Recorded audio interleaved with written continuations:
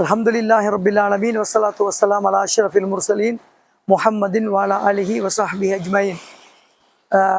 அல்லாஹ்வுக்கே புகழ் அனைத்தும் பெரும்புக்குரிய சகோதரர்களே, முக்கியமான ஒரு தலைப்பை பற்றி இந்த நேரத்தில் பேசிக்கொள்வது நல்லது. நாங்கள் தலைமைத்துவம் அமானிதம் பேணுதல் என்ற ஒரு தலைப்பை பார்த்தோம்.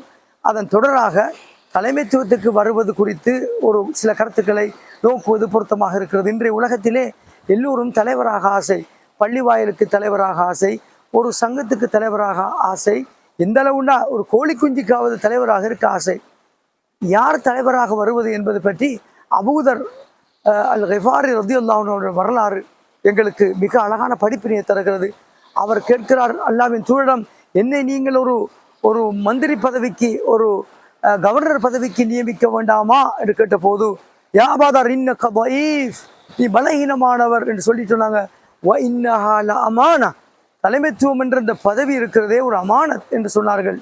எனவே இந்த அமானத் தகுதி இல்லாமல் எடுத்துக்கொண்டால் மறுமையிலே ஹிஸியும் வனதாமா, அது இழிவு, கை சேதமாக மாறிவிடும்.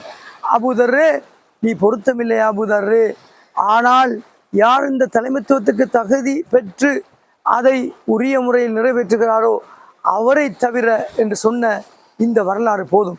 இன்று ஒரு பாடசாலைக்கு அதிபராக நியமித்தால் கூட பலகீனமானவராக இருந்தால் எடுக்கக்கூடாது. அரசியலுக்கு தகுதி இல்லை என்றால் அந்த அரசியலுக்கு வந்துவிடக்கூடாது.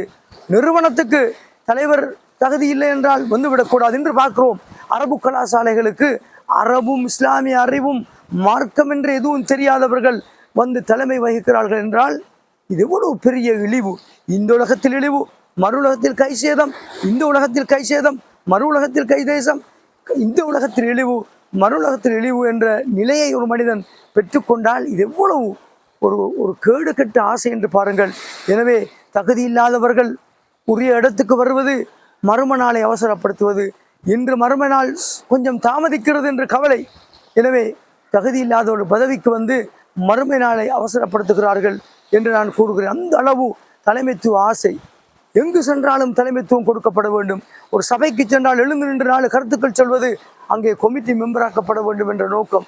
எனவே எடுத்துவிட்டு பின்னால் பெயரை போடுவது, நான் இந்த நிறுவனத்தின் தலைவர், இந்த அரபு கல்லூரியின் தலைவர் என்று பெயர் போடுவதற்கு தலைமைத்துவம் சரி வராது.